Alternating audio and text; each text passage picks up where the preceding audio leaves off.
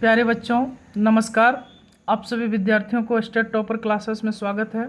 बच्चों आज मैं वृत्त से संबंधित 12.1 प्रश्नों को हल करने जा रहा हूं। प्यारे बच्चों 12.1 में हमारा सबसे पहला प्रश्न है, दो वृत्तों की त्रिज्याएं क्रमशः 19 सेमी और 9 सेमी है, तो उस वृत्त की त्रिज्या ज्ञात कीजिए जिसकी परिधि इन दोनों वृत्त की परिधियों के योग के बराबर है। प्यारे बच्चों आप सब देखेंगे हमने दो वृत्त की त्रिज्याएं, आप सभी बच्चे का ध्यान रहना चाहिए, हमने दो वृत्त की त्रिज्याएं, एक पहला वृत्त की त्रिज्या 19 सेमी और दूसरा वृत्त की त्रिज्या 9 सेमी लिख दिए। और ये दो वृत्त की त्रिज्याएं क्रमशः 19 सेमी और 9 सेमी है। अब कहता है इस वृत्त की त्रिज्या ज्ञात कीजिए जिसकी परिधि इन दोनों वृत्त की परिधि के योग के बराबर है, यानी इन दोनों वृत्त की परिधि की योग जितना होगा इसके बराबर होगा ये बड़ा वृत्त की परिधि। इस बड़ा वृत्त की त्रिज्या ज्ञात करने बोल रहा है। तो प्यारे बच्चों इस बड़ा वृत्त की त्रिज्या को हमने बड़ी आर मान लेंगे, इस बड़ा वृत्त की त्रिज्या को हमने बड़ी आर मान लेंगे। प्यारे बच्चों आप लोग ध्यान से देखेंगे, हम इस प्रश्न को सॉल्व करना शुरू कर रहे हैं, हम इस प्रश्न को हल करना शुरू कर रहे हैं। प्यारे बच्चों हमने पहला वृत्त की त्रिज्या यानी R1 बराबर क्या दिया हुआ है बच्चों 19 सेमी, और दूसरा वृत्त की त्रिज्या यानी R2 बराबर क्या दिया है बच्चों 9 सेमी। क्या दिया है बच्चों 9 सेमी। और ये बड़ा वृत्त की त्रिज्या को हमने क्या माना बच्चों, यहाँ लिखेंगे माना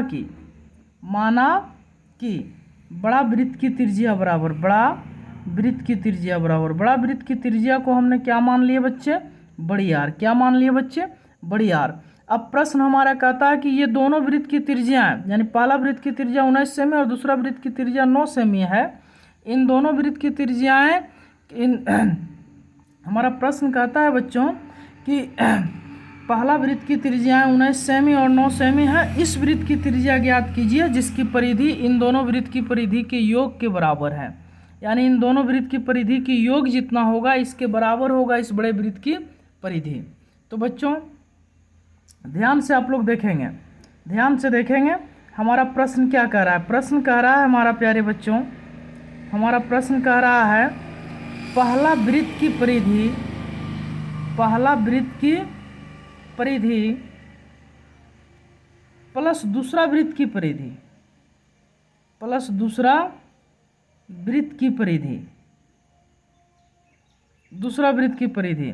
पहला वृत्त की परिधि और प्लस यानी योग दूसरा वृत्त की परिधि, यानी ये दोनों वृत्त की परिधि की योग के बराबर है ये बड़ा वृत्त की परिधि,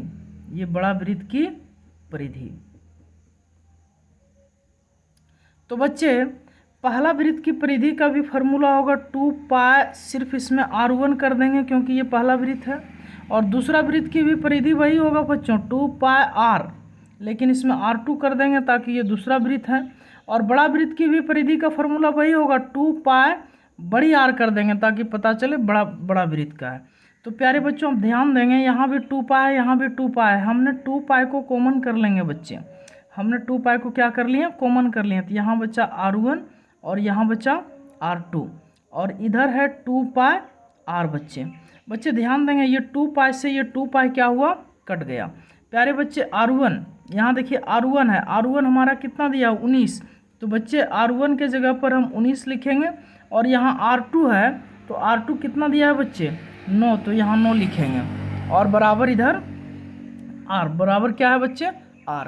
प्यारे बच्चे अब ध्यान देंगे ये 19 और 9 जोड़ देंगे, ये 19 और 9 जोड़ देंगे तो हो जाएगा 28, यानी हमारा बड़ी आर जो निकल करके आया बच्चे 28 सेमी। ये बड़ा वृत्त की जो त्रिज्या हमको निकालने बोल रहा था, ये बड़ा वृत्त की जो त्रिज्या निकालने बोल रहा था बच्चे वो हमारा 28 सेमी निकलेंगे। क्या प्यारे बच्चे प्रश्न संख्या 2 की ओर हम बढ़ रहे हैं। प्रश्न संख्या 2 को देखेंगे, लिखा है दो वृत्तों की त्रिज्याएं क्रमशः 8 सेमी और 6 सेमी है, तो उस वृत्त की त्रिज्या ज्ञात कीजिए जिसका क्षेत्रफल इन दोनों वृत्तों के क्षेत्रफल के योग के बराबर है।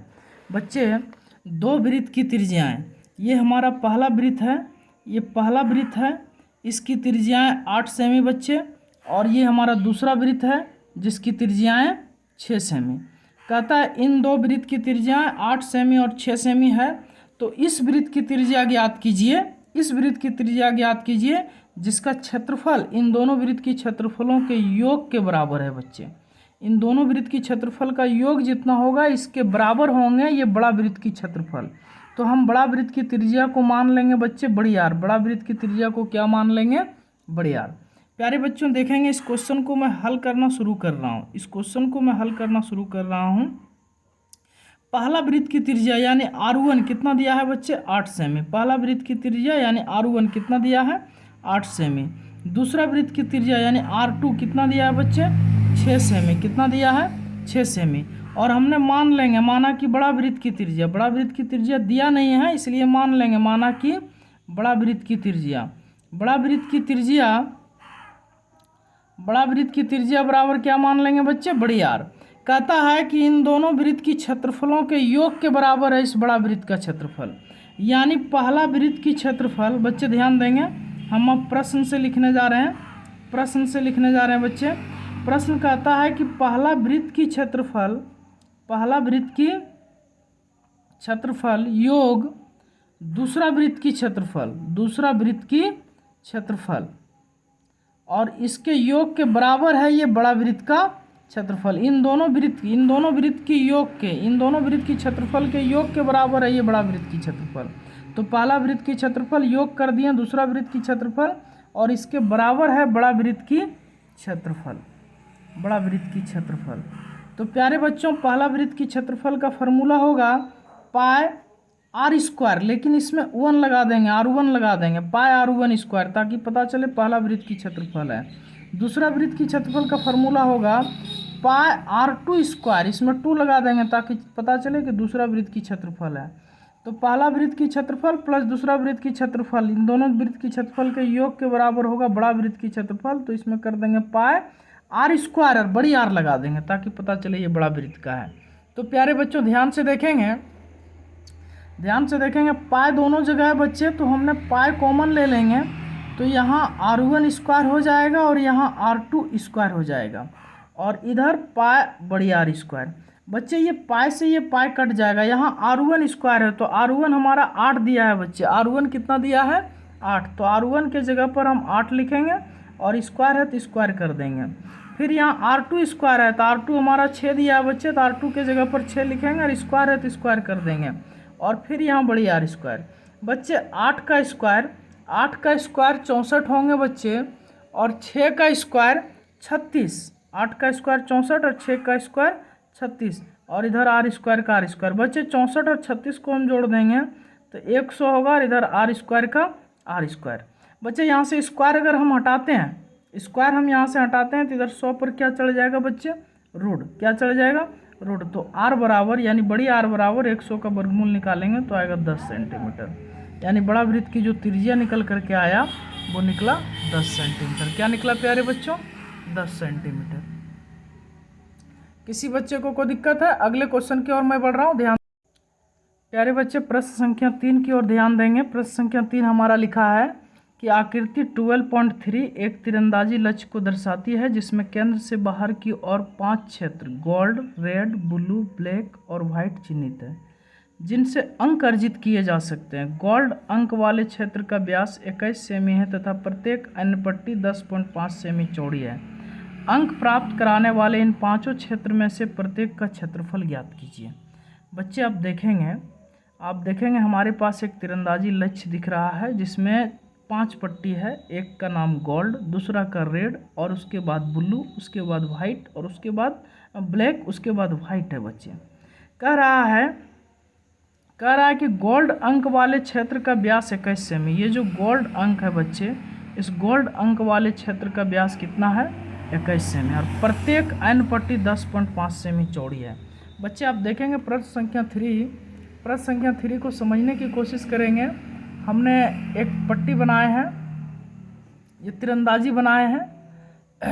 तो तीरंदाजी में कह रहा है कि जो गोल्ड अंक वाले जो पट्टी है उसकी व्यास कितना है बच्चे? 21 सेमी।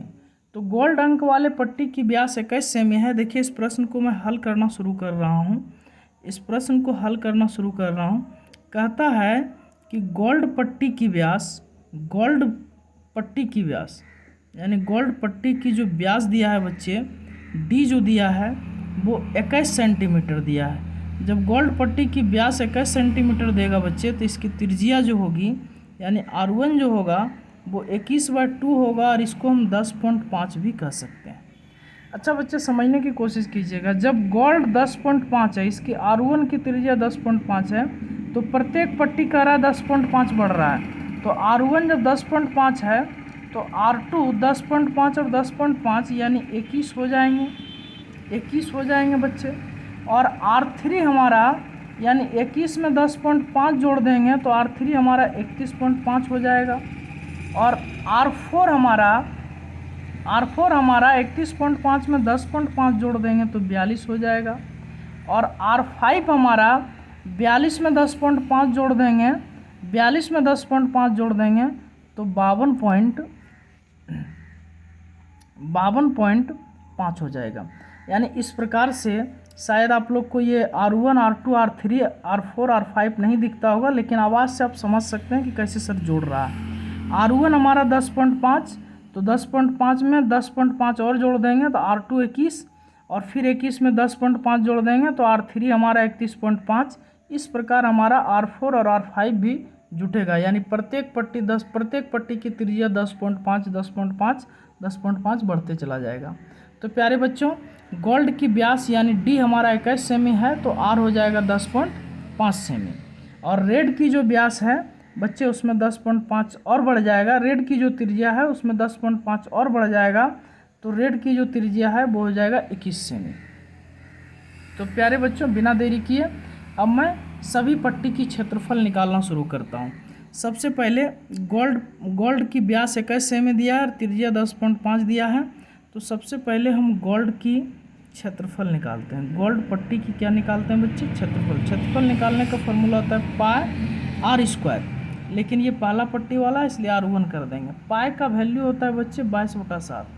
R1 कितना है? इसको 21/2 कहिए या 10.5 कहिए, कोई फर्क नहीं पड़ेगा, स्क्वायर है इसलिए इसको 2 बार लिख दिए बच्चे।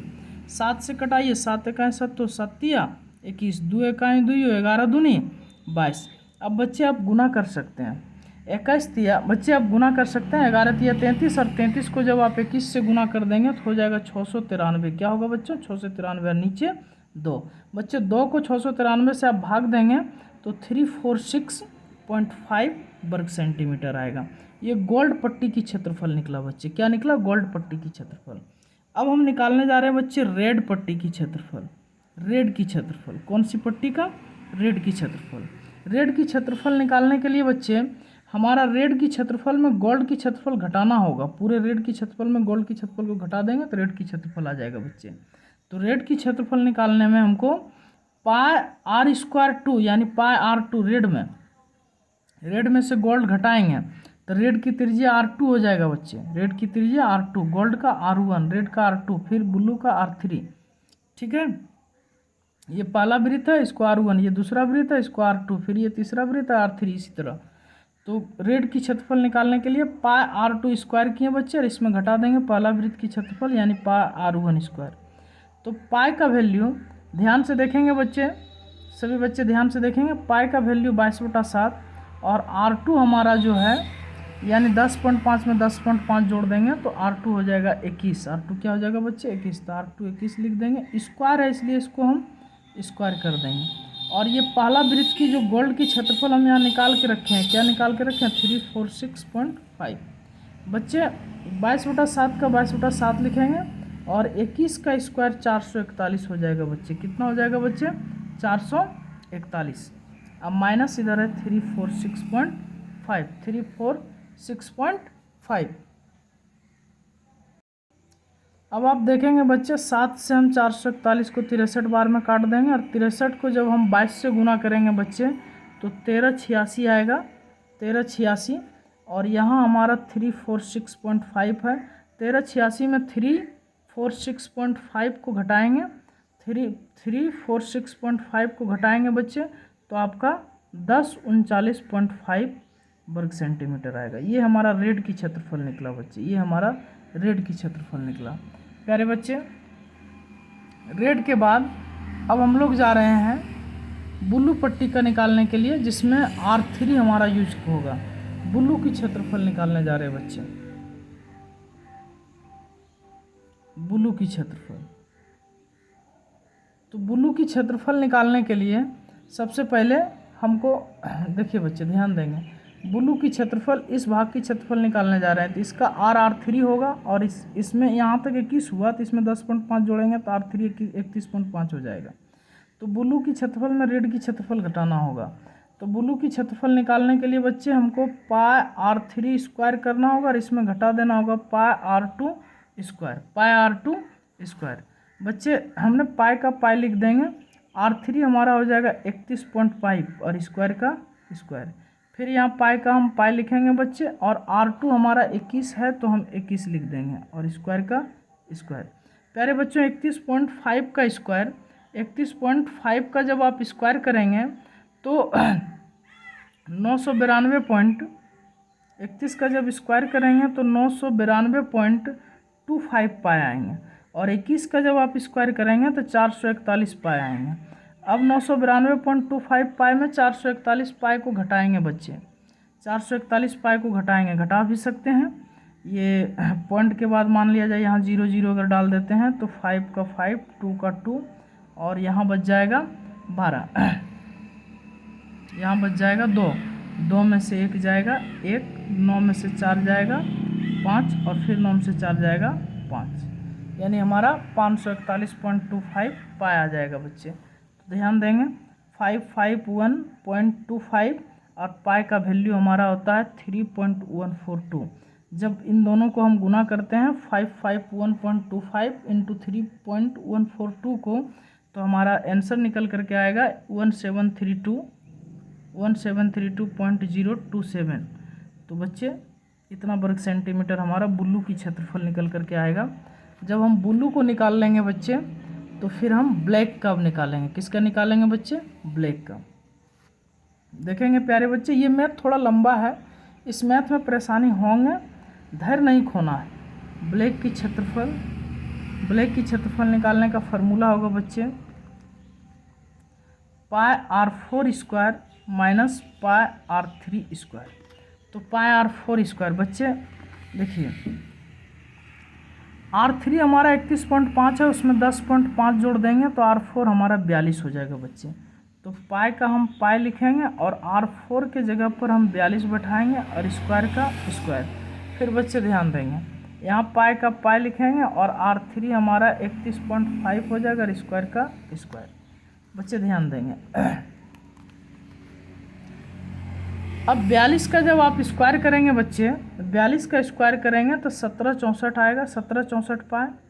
और 31.5 का स्क्वायर करेंगे तो देखिए 31.5 का स्क्वायर यहाँ किए तो 992.25 आया, तो यहाँ लिख देंगे 992.25 पाए।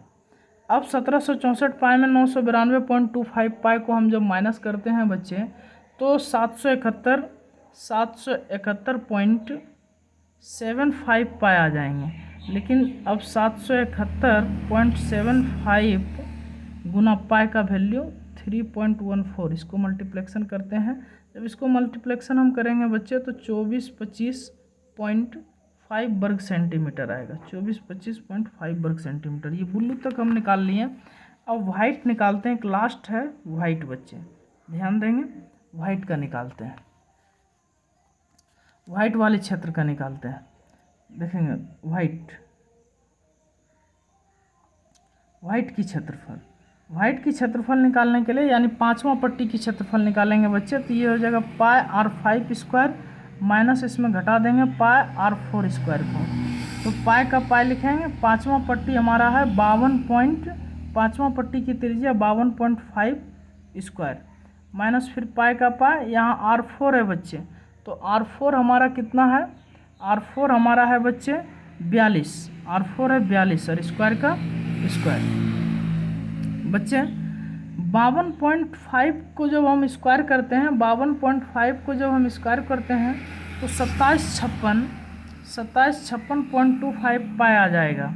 और 42 का जब स्क्वायर करते हैं तो 42 का स्क्वायर देखिए 1764 पाई यहाँ हम लाए हैं। 42 का स्क्वायर करेंगे तो देखेंगे 1764 पाई हम यहाँ लाए हैं, तो वही हम यहाँ 1764 पाई रख देंगे। अब बच्चे इसमें से अगर हम इसको घटाते हैं 2756.25 में 1764 पाई को हम घटाते हैं बच्चे, तो ये हमारा 992.25 पाई आएंगे। तो बच्चे ध्यान देंगे 992.25 पाई का वैल्यू हमारा होता है 3.14। अब इसको अगर हम मल्टीप्लेक्शन करते हैं बच्चे तो 3118.5 वर्ग सेंटीमीटर इसकी क्षेत्रफल आएगा। तो ये 3 नंबर की क्वेश्चन था बच्चे, और इस क्वेश्चन ये प्रोसेस लॉन्ग ही था। इसमें किसी भी माध्यम से आप रूल से बनाएंगे तो ये थोड़ा सा लंबा होगा, इसमें धैर्य नहीं खोएंगे। आपको आसान तरीके से ही इस चैनल के माध्यम से बताने की कोशिश किया जाएगा। आप सब सिर्फ जुड़े रहिए, ईमानदारी से पढ़िए, आपको बेहतर ही मिलेगा। प्यारे बच्चे, अब मैं प्रश्न संख्या 4 की ओर जा रहा हूँ, सभी बच्चे ध्यान देंगे। प्रश्न संख्या 4 क्या कहता है? किसी कार के प्रत्येक पहिए का व्यास 80 सेंटीमीटर है। यदि यह कार 66 किलोमीटर प्रति घंटा की चाल से चल रही है तो 10 मिनट में प्रत्येक पहिया कितना चक्कर लगाती है? बच्चे ध्यान देंगे, ये हमारा कार का पहिया है। कहता है कि किसी कार के प्रत्येक पहिए का व्यास 80 सेंटीमीटर। ये हमारा कार का पहिया है जिसका व्यास 80 सेंटीमीटर दिया है बच्चे। व्यास यानी डी कितना दिया है बच्चे? 80 सेंटीमीटर। जब व्यास 80 सेंटीमीटर दिया है बच्चे तो त्रिज्या व्यास का आधी होता है, तो व्यास हो जाए तो त्रिज्या हो जाएगा हमारा 40 सेंटीमीटर। त्रिज्या क्या हो जाएगा? 40 सेंटीमीटर। बच्चे ध्यान दीजिएगा, इस क्वेश्चन को मैं हल कर रहा हूँ, आप सब बच्चे समझने की कोशिश करेंगे और थोड़ा ध्यान से देखेंगे, ध्यान से समझने की कोशिश करेंगे। बच्चे इस प्रश्न को मैं हल कर रहा हूँ, थोड़ा सा पता नहीं स्क्रीन साफ आ रहा है या नहीं आ रहा है, हम नहीं समझ पाएंगे। देखिए इस प्रश्न को हम हल कर रहे हैं। कह रहा है कि किसी कार के प्रत्येक पहिए का व्यास 80 सेंटीमीटर है। यदि यह कार 66 किलोमीटर प्रति घंटे की चाल से चल रही है तो 10 मिनट में प्रत्येक पहिया कितना चक्कर लगाएगा? बच्चे कार की पहिए का व्यास 80 सेंटीमीटर है, तो मैं लिखूँगा कार की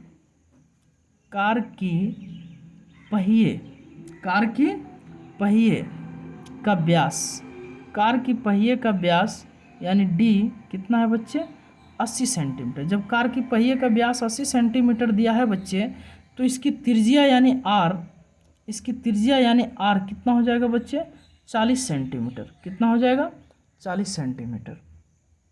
बच्चे कह रहा है कि यदि यह कार 66 किलोमीटर प्रति घंटा की चाल से चल रहा है, यानी कार की जो चाल है बच्चे, कार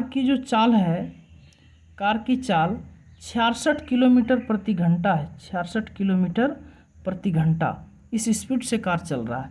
यानी मैं कहूँ कि चूँकि कार एक घंटे में 66 किलोमीटर की दूरी तय करता है तो कोई गलत नहीं होगा। 66 किलोमीटर की दूरी तय करता है तो कोई गलत नहीं होगा। जब एक घंटे में 66 किलोमीटर की दूरी कार तय कर सकता है तो बच्चे एक घंटे बराबर होता है, इसलिए एक घंटे को हम 60 मिनट भी कह सकते हैं। एक घंटे को क्या कह सकते हैं बच्चे? 60 मिनट। यानी 60 मिनट में कार कितना किलोमीटर चल रहा है? 66 किलोमीटर।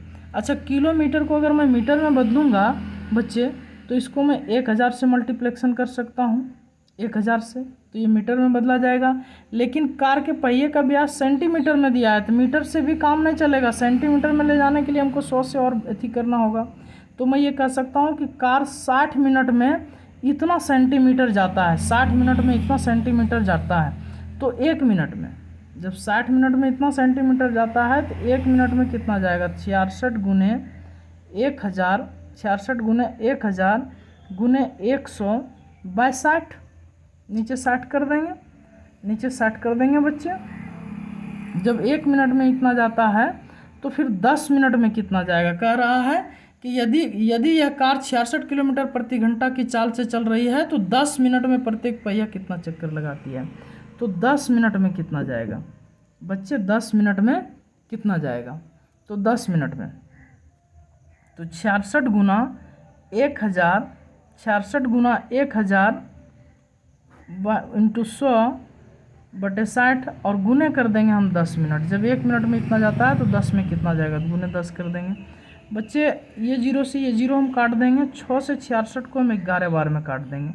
यानी 10 मिनट में जो कार हमारा चक्कर लगाएगा वो 11 को इससे गुना कर दीजिए। तो 11 डाल दीजिए और क्या जीरो है, 1 2 3 4 5, 1 2 3 4 5 जीरो लगा देंगे। कायदा है सैकड़ा, हज़ार, 10,000, लाख, 10 लाख। यानी कार 10 मिनट में 11 लाख सेंटीमीटर की दूरी तय करेगा। इतना सेंटीमीटर कार जाएगी 10 मिनट में। अब कहता है कि यदि कार के प्रत्येक पहिए का व्यास 80 सेंटीमीटर है, यदि यह कार 66 किलोमीटर प्रति घंटा की चाल से चल रही है, तो 10 मिनट में प्रत्येक पहिया कितना चक्कर लगाएगा, प्रत्येक पहिया कितना चक्कर लगाएगा। तो बच्चे ध्यान दीजिएगा, कार की पहिए द्वारा कार की पहिए द्वारा लगाए गए चक्रों की संख्या,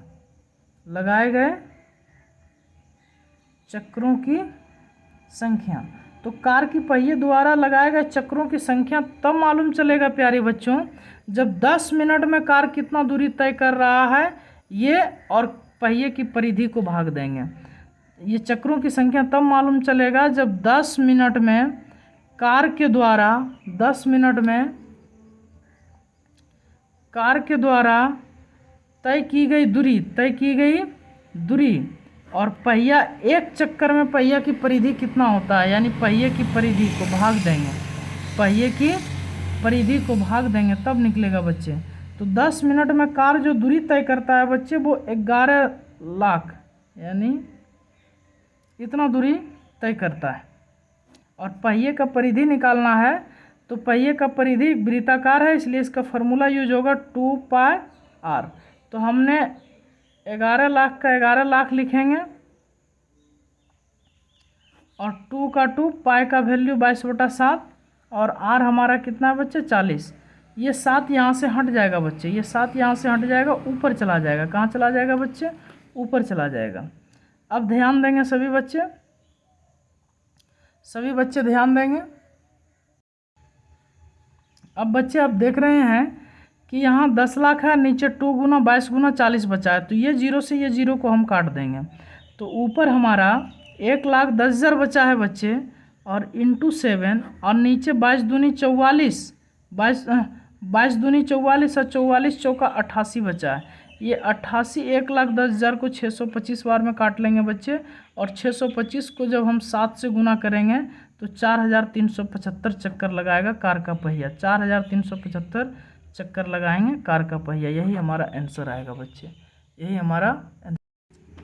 प्रश्न संख्या 5 की ओर हम लोग बढ़ रहे हैं बच्चे। प्रश्न संख्या 5 आप लोग देखेंगे। प्रश्न संख्या 5 कहता है कि यदि एक वृत्त का परिमाप और क्षेत्रफल संख्यात्मक रूप से बराबर है तो उस वृत्त की त्रिज्या ज्ञात करें। यदि एक वृत्त का परिमाप और क्षेत्रफल संख्यात्मक रूप से बराबर है तो उस वृत्त की त्रिज्या ज्ञात करें। बच्चे ध्यान देंगे, सभी बच्चे ध्यान देंगे।